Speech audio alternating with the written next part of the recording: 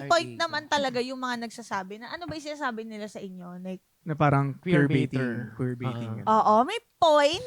Yeah, like we have to consider everything. Yes. Pero hindi naman lahat kailangan damdamin. Oo. Kumbaga, oo nga naman. Pero, you have to acknowledge also within you, Mm. it's your alter ego. Yes. Yeah. Oo. Ikaw din yon. Ikaw din si Abdul na, Yes. di ba? Merong sinabi din sa inyo si Tito Boy ba? Oo. Tama ba yun? Ay, oo. Share lang. oo, Hindi kasi, ba yung share yung dumating kasi sa point na hindi na namin alam kung kanino kami pwede magtanong.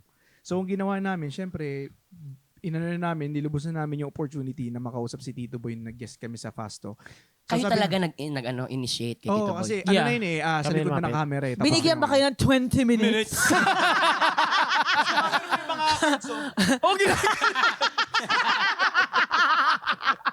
Ano mo, sabi niya? So, Tinanong nyo. Ayun, tinanong namin na, Tito Boy, kasi ang dami nagsasabi na queerbaiting daw yung ginagawa namin. So, gusto namin humingi ng advice sa'yo kung totoo ba, kasi gusto din Yeah. talaga namin malaman sa sarili namin. Kung ititigil na po ba namin ito? Oo, parang ganun. ganun. Oo. So, yun. Ano ba ang sabi ni Tito Boy? Walang masama sa ginagawa nyo. Mm. Tandaan nyo mga actors kayo. Nagpapasaya kayo ng tao. Talent ang meron kayo. Oh, Ayun, sinabi ang niya sweet sa amin. talaga, no? Galing.